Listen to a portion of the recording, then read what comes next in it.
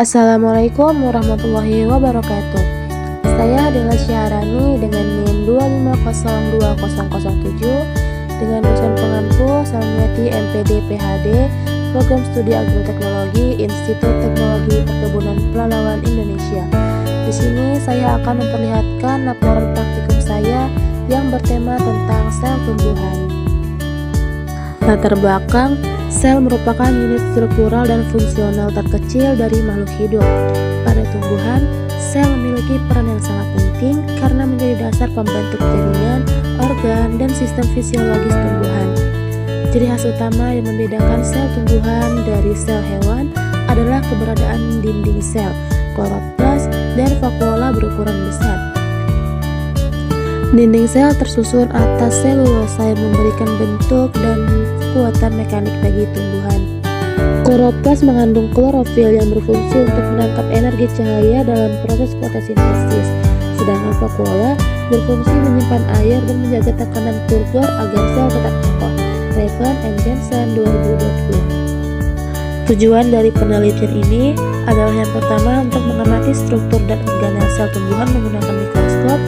Yang kedua, melatih keterampilan menggunakan mikroskop dalam pengamatan sel tumbuhan. Dan yang ketiga, mengamati struktur sel tumbuhan pada rheodiscaler dan allium cepa secara mikroskopis serta mengidentifikasi bagian-bagian sel seperti dinding sel, inti sel, dan juga sitoplasma. Adapun alat tambahan, alat yang pertama yaitu ada mikroskop cahaya, yang kedua ada kaca objek dengan kaca penutup, yang keempat ada pipet tetes, 5 pinset, 6 silet ataupun cutter, yang ketujuh ada botol semprot yang berisikan air, dan 8 ada tisu, serta nomor 9 terakhir pensil dan buku gambar. Adapun bahan-bahannya, yang pertama ada epidermis daun rheodiscaler dan allium cepa atau bawang merah. Yang kedua ada Lugol's iodine sebagai pewarna inti sel.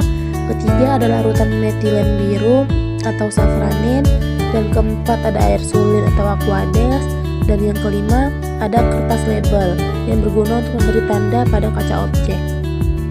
Untuk cara kerja, pada bagian preparat sel epidermis bawang merah, tahap pertama itu ambil kulit tipis epidermis dari lapisan dalam umbi bawang merah menggunakan pinset. Yang kedua, letakkan epidermis pada kaca objek dan tetesi dengan 1 tetes air sulin. Ketiga, tutup dengan kaca penutup secara perlahan agar tidak ada gelembung udara. Keempat, amati di bawah mikroskop dan mulai dari perbasaran rendah dari 10 kali lalu perbasaran lebih tinggi ataupun 40 kali. Yang kelima ada identifikasi struktur dinding sel, sitoplasma, nukleus, dan vakuola. Dan yang kedua ada cara kerja dan untuk pewarnaan inti sel nukleus dengan Lugol's iodine. Yang pertama ambil irisan tipis epidermis daun rheodiscaler. Yang kedua letakkan di kaca objek, lalu tetesi 1-2 tetes larutan Lugol's iodine. Yang ketiga tutup dengan kaca penutup. Kemudian amati di bawah mikroskopnya dan catat bagian yang terlihat lebih jelas seperti inti sel yang berwarna lebih pekat. Berikut adalah beberapa dokumentasi yang saya dan kelompok saya lakukan pada saat praktikum.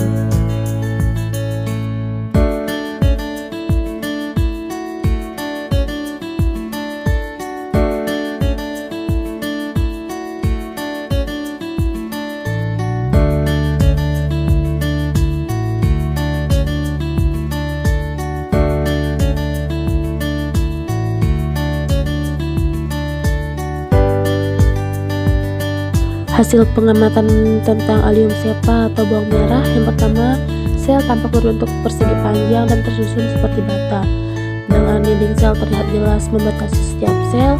Yang ketiga, ada di dalamnya tampak inti sel atau nukleus berbentuk bulat. Jaringan epidermis bawang merah terdiri dari sel-sel tunggal dengan dinding sel yang jelas.